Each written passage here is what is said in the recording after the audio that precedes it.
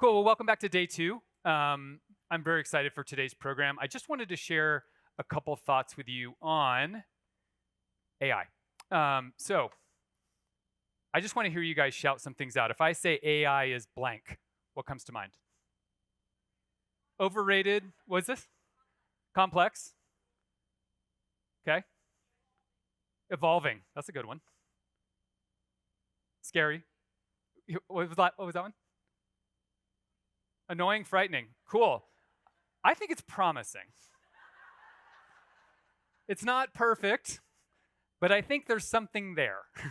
I'm just going to go out on a limb and say I think there's something there that we can do, but I think it's going to need something else. I think it's AI plus knowledge management is going to be fire. That's my view. That's my conviction. I've been watching this very closely.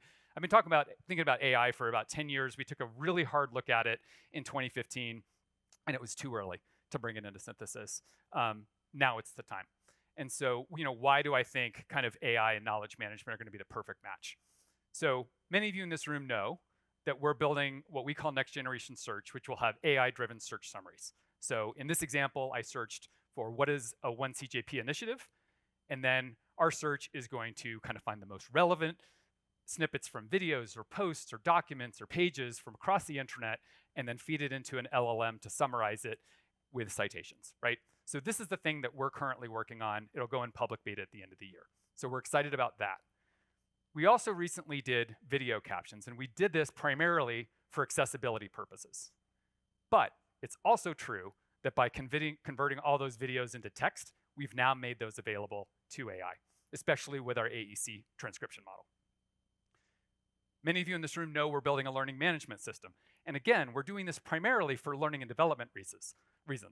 But it will also bring a bunch of new high-quality content into synthesis to make available to AI search.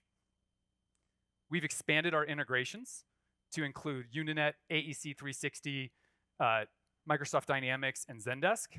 And we're looking into future explorations for things like SharePoint or Teams or Freshworks. And we're going to build a search connector API to let you push content from other systems into synthesis to make it available to AI. So that's the kind of the technology piece of why I think this is true.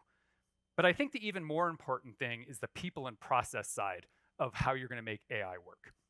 So we think that KM unlocks this promise because what AI wants is high quality, accurate, firm-wide knowledge.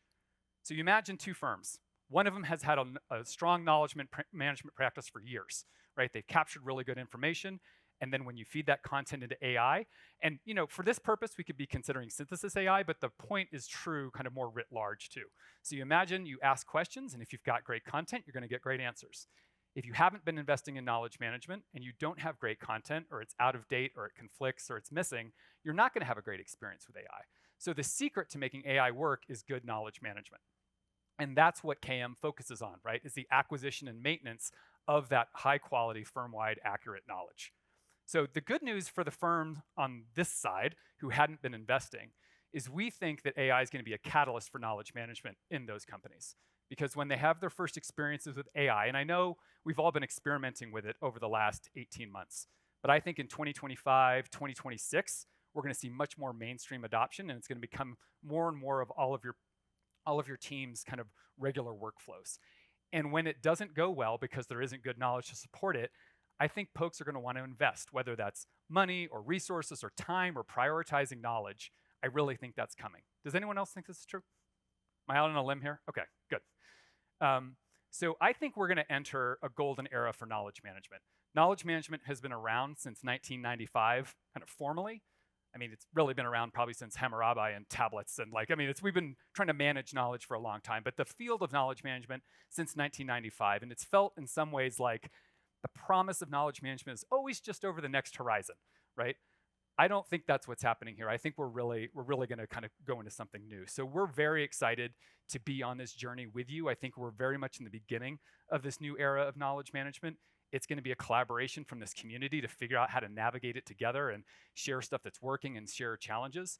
So it's a very exciting time. And I would encourage you as you're listening, you're reflecting back on what you heard yesterday, whether it was in the talks or the roundtables or the hangouts, and how you're managing knowledge and how other people are, and you're thinking about what you hear today, I want you to obviously pay attention to what you're hearing.